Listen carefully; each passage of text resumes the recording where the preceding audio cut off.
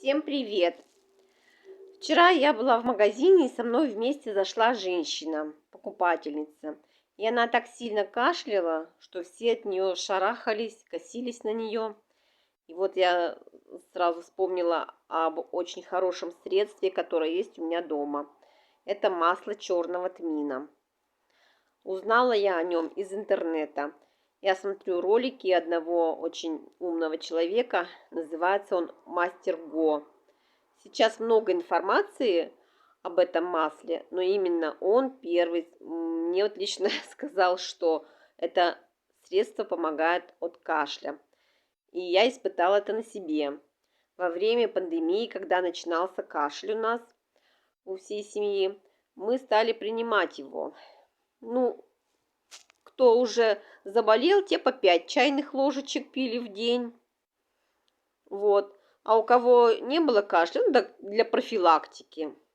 Детям тоже оно очень хорошо идет, потому что оно не имеет такого неприятного вкуса и неприятного запаха. Можно заесть его медом. 2 дня и кашель прошел.